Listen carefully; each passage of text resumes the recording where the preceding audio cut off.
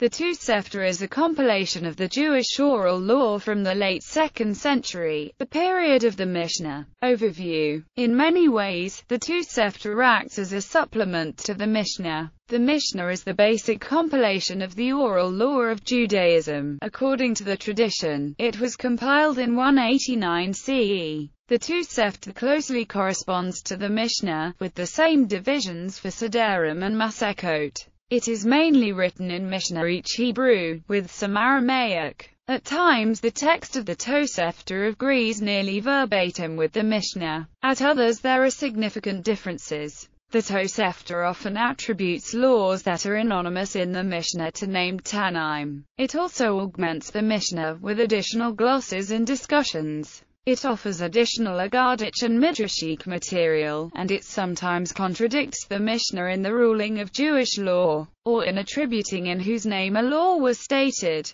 Origins. According to rabbinic tradition, the Tosefta was redacted by rabbis Iya and Oshaya. Whereas the Mishnah was considered authoritative, the Tosefta was supplementary. The Talmud often utilizes the traditions found in the Tosefta to examine the text of the Mishnah. The traditional view is that the Tosefta should be dated to a period concurrent with or shortly after the redaction of the Mishnah. This view presupposes that the Tosefta was produced in order to record variant material not included in the Mishnah. Modern scholarship can be roughly divided into two camps. Some, such as Jacob N. Epstein, theorize that the Tosefta as we have it developed from a proto-Tosefta recension which formed much of the basis for later Amoraic debate. Others, such as Hanu Kalbeck, theorize that the Tosefta is a later compendium of several Baraitot collections which were in use during the Amoraic period.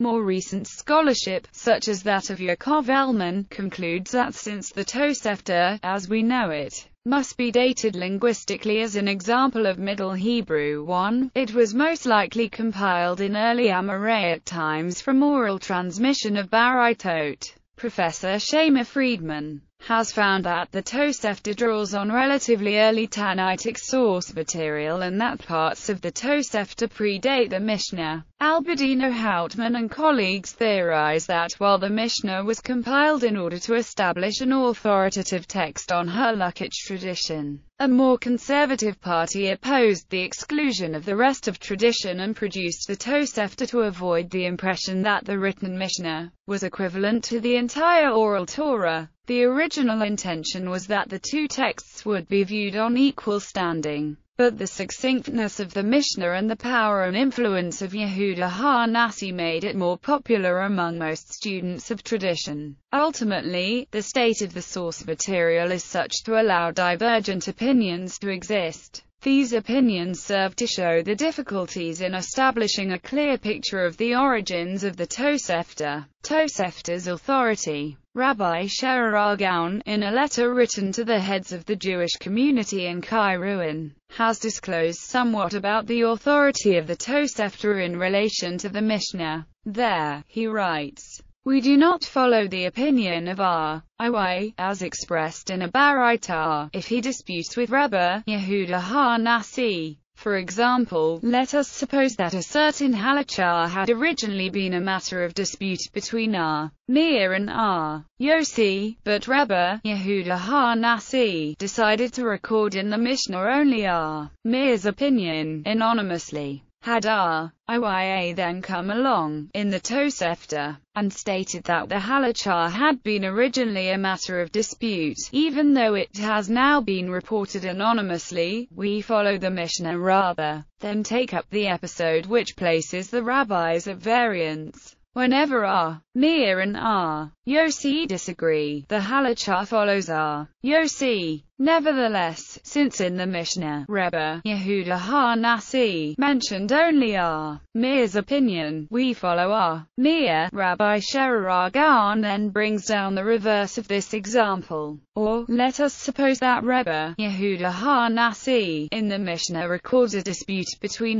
Meir and Yossi. However, Iya prefers Mir's argument, and therefore records it in a Baraita without mentioning Yossi's opposing view. In such a case, we do not accept Iya's decision. Manuscripts, editions, commentaries. Manuscripts. 3 manuscripts exist of the Tosefta. They are Vienna, Erfurt, or Fall, 1220, and London. The Editio Princeps was printed in Venice in 1521 as an addendum to Isaac Alphaz's Halakot. All 4 of these sources, together with many Geniza fragments, have been published online by Bar Ilan University in the form of a searchable database. Additions to critical editions have been published. The first was that of Moses Samuel Zuckermandel in 1882, which relied heavily on the Erfurt manuscript of the Tosefta. Zuckermandel's work has been characterized as a great step forward for its time. This edition was reprinted in 1970 by Rabbi Saul Lieberman, with additional notes and corrections.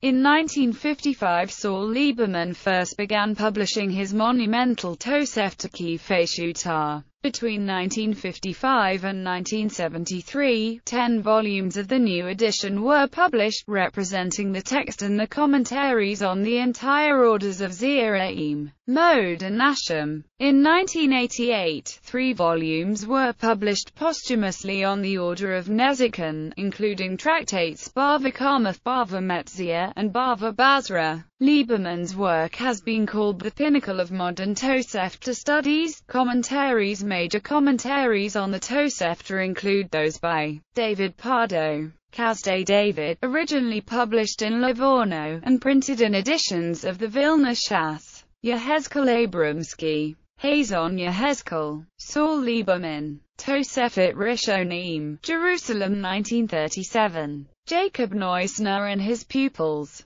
Translations. The Tosefta has been translated into English by Rabbi Jacob Neusner and his students in the commentary cited above. Also published separately as the Tosefta, translated from the Hebrew. Eli Gurovich's English translation and detailed commentary on the Tosefta is in the progress of being written. It can be downloaded for free from his website http://www.toseftaonline.org/